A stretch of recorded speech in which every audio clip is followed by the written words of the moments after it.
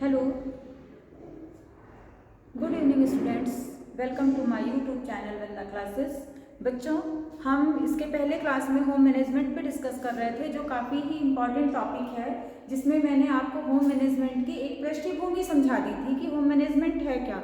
लेकिन home management इतना छोटा नहीं है, ये एक मानसिक प्रक्रिया है, लेकिन इसका क्षेत्र बहुत बृहद है, बहुत विशाल है, क्योंकि ये कहा गया कि यह सर्वव्यापी है। तो उसी श्रृंखला को आज हम आगे बढ़ाते हुए इस टॉपिक को कवर करेंगे पूरा, कि जिसमें कुछ आपके जो गृहशास्त्री हैं उन्होंने इसको अलग अलग नामों से संबोधित किया। सिर्फ उसको आज हम देखेंगे, क्योंकि कई बार कई एग्जाम में इस टॉपिक्स को पूछा गया है। तो अभी हम गृह व्यवस्था की इस श्रृंखला को आगे बढ़ा रहे हैं, गृह प्रबंधन की। ठीक है, इस श्रृंखला को आपको ये मैं बता दूं, इसके पहले क्लास में भी मैंने बताया है कि गृह प्रबंधन दो शब्दों से मिलकर बना हुआ है, गृह और प्रबंधन। ठीक, गृह मतलब घर, जिसमें हम रहते हैं, जिसमें हमारी आवश्यकताएं पूर्ति होती हैं। आवश्यकता, लक्ष्य, संवेग, जितनी भी चीजें हैं सब हमारे उसमें, प्रेम, सहानुभूति, स्नेह, सब हमारे घर में ही हमको प्राप्त होता है। ठीक है, ये सब मैंने बता दिया था और उसी का प्रबंधन मैं आपको समझा रही थी। तो उसी श्रृंखला को मैं आगे बढ़ाती हूँ कि कुछ जो गृहशास्त्री है उन्होंने इसको किस किस नाम से संबोधित किया, क्योंकि कई एग्जामों में ये पूछा गया है कि गृह व्यवस्था को मानसिक प्रक्रिया किसने कहा, प्रक्रिया किसने कहा, जड़ की संस्कृति किसने कहा। तो आज हम इसी सब छोटे छोटे से टॉपिक्स पर कवर करेंगे, छोटे छोटे टॉपिक्स को कवर करेंगे। ओके, तो हम आगे चलते हैं। देखिए, ग्रास एंड कैंडल जी को ले लीजिए, इनकी परिभाषा इसके पहले भी मैंने इसमें बताया, जो कोर्स में बताया, फिर मैं बता रही हूँ। ग्रास और कैंडल या ग्रास एंड कैंडल बहुत ज्यादा पूछा जाता है। इन्होंने इसको क्या बताया है, इन्होंने इसको कहा यह एक मानसिक प्रक्रिया है। कभी भी मानसिक प्रक्रिया की बात आए तो ग्रास एंड कैंडल ने क्या कहा, प्रबंध एक मानसिक प्रक्रिया है, मतलब यह चलती ही रहती है व्यक्ति के दिमाग में हमेशा, और व्यक्ति उसी के आधार पर कार्य करता है। तो इन्होंने क्या संबोधन किया, ग्रास एंड कैंडल अगर कभी पूछा जाए तो प्रबंधन को मानसिक प्रक्रिया किसने कहा, तो उसका श्रेय जाता है ग्रास एवं कैंडल जी पर। किस पर जाता है? अब आपको पता है कि प्रबंधन सर्वव्यापी है, सर्वव्यापी है, सब जगह पाया जाता है, इसलिए मानसिक प्रक्रिया। आप देखिए, गुड एवं जॉनसन, इसी के साथ साथ आप गुड एवं जॉनसन,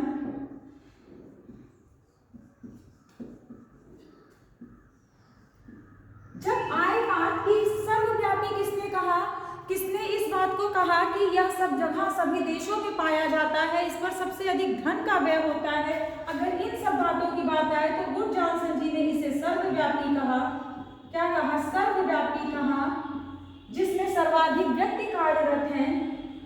ठीक है, सबसे बड़ा व्यवसाय बताया, सबसे बड़ा व्यवसाय बताया, और सबसे ज्यादा धन खर्च भी बताया कि इसी पर होता है। अगर इनमें से कोई शब्द कहीं भी पूछा जाता है कि व्यवस्थापक को सर्वव्यापी किसने बताया, सर्वाधिक व्यक्ति इसमें कार्यरत हैं, ये किसने कहा? ठीक, व्यवसाय है, सबसे बड़ा व्यवसाय है, ये किसने कहा?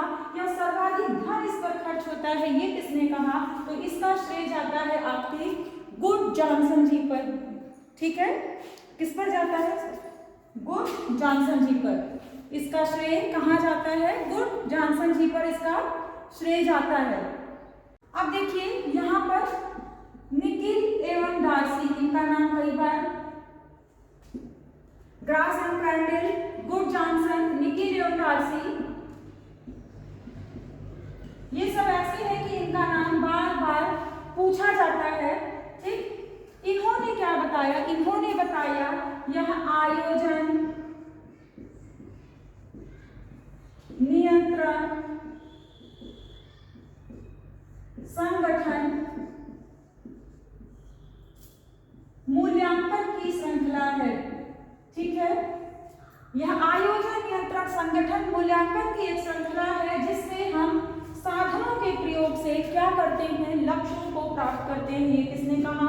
निकिल एवं डार्सी ने। ये सब आप लोग नोट कर दीजिए बेटा, बहुत ही इंपॉर्टेंट टॉपिक है, इसीलिए सिर्फ आज मैं गृहशास्त्रियों के नाम के आधार पर लेकर आई हूँ कि प्रबंधन को किस किस नाम से लोगों ने संबोधित किया। ओके, तो गुड जॉनसन जी ने सर्वव्यापी सर्वव्यापी सर्वाधिक व्यवसाय और धन के रूप में निकी एवं डार्सी जी ने आयोजन नियंत्रण संगठन के माध्यम से जो लक्ष्यों को प्राप्त करे ऐसी श्रृंखला बताई। ग्रास एंड क्रैंडल जी ने इसको एक मानसिक प्रक्रिया बताई। ओके, अब आगे देखते हैं। आगे आइए, देखिए ग्रास एवं क्रैंडल जी ने ही ग्रास एवं क्रैंडल जी ने ही इसको एक और नाम से संबोधित किया। इसको एक और नाम से संबोधित किया, क्या? निर्णयों की श्रृंखला। निर्णयों की श्रृंखला।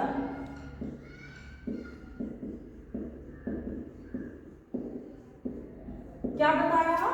गृह प्रबंधन को इन्होंने निर्णयों की श्रृंखला बताया।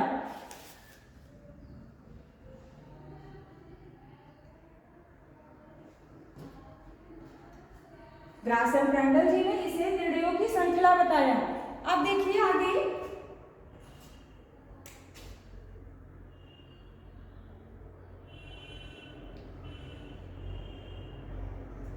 राजकल पी देवदास।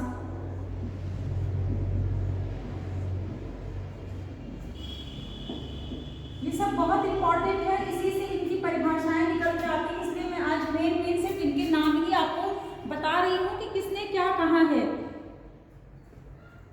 इन्होंने बताया गृह व्यवस्थापन क्या है? पारिवारिक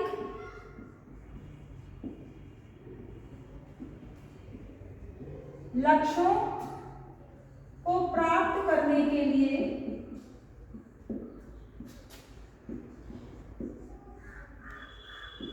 पारिवारिक साधनों का प्रयोग। पारिवारिक साधनों का प्रयोग, ठीक। तो ये जब भी आएगा कि किसने बताया है कि पारिवारिक साधनों के प्रयोग से हम लक्ष्यों को प्राप्त कर सकते हैं, तो इसका श्रेय जो जाता है वो राजमल पी देवदास को जाता है। ठीक है, किसको जाता है? राजमल पी देवदास।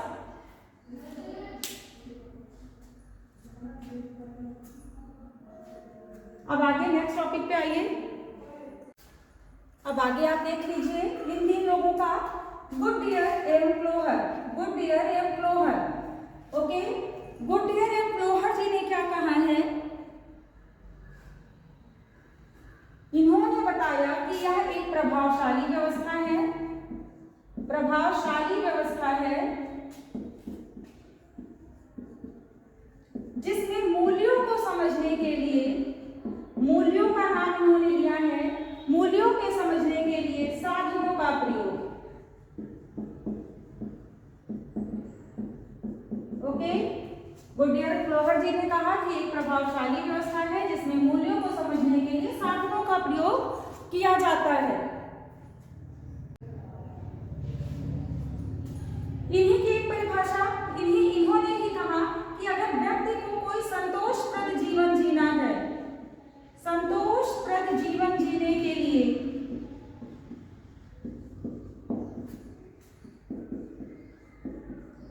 साधनों का प्रभावशाली प्रयोग, साधनों का प्रयोग।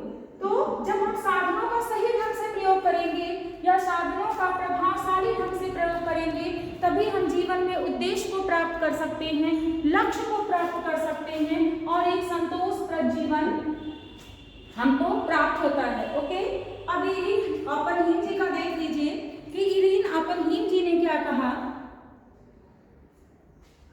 इन्होंने व्यवस्था को संस्कृति की जड़ माना है। जब संस्कृति की जड़ का नाम आए तो संस्कृति की जड़ किसी ने कहा है तो वो इरीन ओपनहीम जी ने कहा है। इन्होंने व्यवस्था को संस्कृति की जड़ बताया है और कोर्जिन जी ने इसको व्यवहारिक विज्ञान बताया है।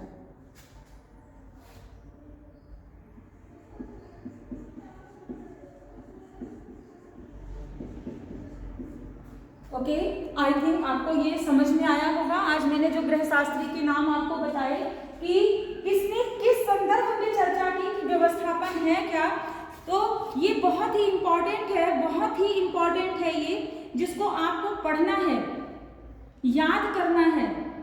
ऐसा नहीं कि आपको याद नहीं करना है, जिसमें जैसे गुड जॉनसन जी ने बताया कि यह सर्वव्यापी है। मैं बार बार बता रही हूँ, अगर सर्वव्यापी सर्वाधिक किसका नाम आता है तो गुड जॉनसन जी आपके तुरंत कहीं भी ऐसी परिभाषा लिखी है और पूछा जाता है तो गुड जॉनसन जी आ जाएंगे। मानसिक प्रक्रिया आपकी आई, मानसिक आई तो ग्रास एंड ब्रैंडल, मानसिक में ग्रास एंड ब्रैंडल, ये सब आप लोग नोट कर लीजिए। किसी एक शब्द से आप बहुत कुछ समझ सकते हैं, ऐसा नहीं है कि आप इसको समझ नहीं सकते हैं एक ही शब्द से, बहुत कुछ है। अब निकी रमदासी जी ने इसको आयोजन नियंत्रण मूल्यांकन की श्रृंखला बताई, ठीक। गुडियर फ्लोहर जी ने प्रभावशाली प्रबंधन बता दिया। इरीन आप्पनहीम जी ने संतोषप्रद जीवन जीने के लिए साधनों का प्रयोग। देखिए जब हम अपने जीवन में किसी लक्ष्य को प्राप्त करते हैं तभी संतोष भी प्राप्त करते हैं, तो उन्होंने ये चीज बताई, ठीक। तो आज जो कोटजिन जी ने व्यवहारिक विज्ञान, इसको मैंने इसके पहले भी क्लास में बताया है कि कोटजिन जी ने इसको व्यवहारिक विज्ञान कहा है क्योंकि व्यवस्थापन को कभी मापा नहीं जा सकता। जितनी भी मानसिक प्रक्रियाएं हैं आप उसको माप नहीं सकते। तो यहाँ पर मेरा आज का जो ध्येय था यही था कि आप लोग ये जाने कि जो हमारे गृह शास्त्री हैं मेन उन्होंने इसको किस किस नाम से संबोधित किया, कैसे संबोधित किया। आई थिंक आपको ये समझ में आया होगा। इस सब के सारांश से ये निकल कर आता है, देखिए इस सब के सारांश से ये निकल के आता है कि प्रबंधन क्या है, कि प्रबंधन क्या है। प्रबंधन जो भी है, गृह का प्रबंधन क्या है, या हमारे जीवन के चारों ओर घूम रहा है, ठीक है। कैसे, नहीं आपको यही समझ, जीवन के चारों ओर है कैसे। देखिए हम घर में रहते हैं, हम घर में रहते हैं, एक मकान का निर्माण करते हैं, घर में रहते हैं, और घर में रहने के लिए या घर में निवास करने के लिए अनेक व्यवस्थाओं की जरूरत होती है, और वो व्यवस्था आपकी मूलभूत आवश्यकताओं से लेकर आपकी समस्त आवश्यकताओं तक हो सकती है। देखिए उसी घर में हम आवश्यकताओं की पूर्ति करते हैं, ठीक है, लक्ष्य प्राप्त करते हैं, जो अभी यही सब। और देखिए मानसिक प्रक्रिया क्यों कहा गया, देखिए ये सर्वव्यापी है। व्यक्ति कहीं भी होता है तो उसका मस्तिष्क जो है इस कार्य को करता ही रहता है कि आज हमको ये करना है, आज हमको ये करना है। देखिए रोज जो है वर्तमान जो है उसको तो हम जो जैसा जो सामने आया करते जाते हैं, लेकिन जो भविष्य में है व्यवस्थापन, ये भी प्रक्रिया है कि हमको भविष्य के लिए भी तैयारी करनी है। अब वो चाहे हम बजट बनाकर करें, चाहे घर में संसाधनों के प्रयोग से करें। देखिए जैसे घर बनाना, बच्चों की शिक्षा, विवाह, ये सब ऐसी प्रक्रियाएं हैं जो सिर्फ आप वर्तमान में लेकर नहीं चल सकते। इसके लिए आपको भविष्य के लिए कुछ ना कुछ आयोजन करना है, और यह प्रज्ञा हमको प्रबंधन से ही प्राप्त होता है। प्रबंधन का दृष्टिकोण ही यही है कि अपने मूल्यों को इस हिसाब से हम विकसित करें कि हम एक अच्छा प्रबंधन साधनों के प्रयोग से कर सकें, जिससे हमारे घर का जीवन स्तर, लक्ष्य प्राप्त होंगे तभी हमको जीवन स्तर, व्यवस्था अच्छी होगी तभी जीवन स्तर ऊंचा उठेगा, जिससे हमारे घर का जीवन स्तर ऊंचा उठ सके। तो प्रबंधन क्या है, प्रबंधन चारों ओर, हमारे जीवन के चारों ओर घूमता है, जिसमें हमको अपनी आवश्यकताओं के साथ साथ जो घर की जितनी भी आवश्यकताएं, सदस्य की आवश्यकताओं में देखिए सब कुछ है। भोजन भी है, वस्त्र भी, आवास भी है, शिक्षा भी है, स्वास्थ्य भी है, मनोरंजन भी है, या आगे जो उसके भविष्य का जीवन है वो भी है, ठीक। जैसे अब वो घर में किसी का बच्चा है या कोई भी चीज है तो हमको उसके जन्म से लेकर उसके भविष्य तक की तैयारी करनी है। आवश्यकता ये नहीं है कि मुझे दैनिक उसको रोज खाना खिला देना है, बस आवश्यकताएं समाप्त नहीं, उसके भविष्य तक की तैयारी करनी है। तो प्रबंधन यही बताता है, और यही हमारे गृह शास्त्रियों ने बताया कि ये मानसिक प्रक्रिया है जो आयोजन, नियंत्रण, मूल्यांकन और साधनों के प्रयोग से निरंतर चलती रहती है, जिसमें सर्वाधिक व्यक्ति कार्यरत है। और यह निर्णयों की श्रृंखला है जिसमें हम एक ऐसी श्रृंखला चलाते हैं जिससे हम अपने जीवन को उच्च स्तर, जीवन स्तर तक ले जा सके, एक संतोषप्रद जीवन जी सके। तो आई थिंक आपको व्यवस्थापन तो समझ में आ गया होगा। अब इसके चरण इसके आगे की क्लास में कंप्लीट होंगे। ओके, अगर आपको समझ में आया हो तो अपने साथियों के साथ शेयर करिए, लाइक करिए बच्चों, ठीक है। Okay, thank you so much. Next जो क्लास होगी वो आपकी होगी चरण पे, और जो होगा आयोजन, नियंत्रण, मूल्यांकन। ये भी गृह व्यवस्था का बहुत इंपॉर्टेंट चैप्टर है जिसमें व्यवस्थापन के चरण आते हैं, ठीक है। और ये कैसे कार्य करते हैं व्यक्ति के जीवन स्तर से तो ये आपको हम नेक्स्ट क्लास में पढ़ाएंगे। Thank you.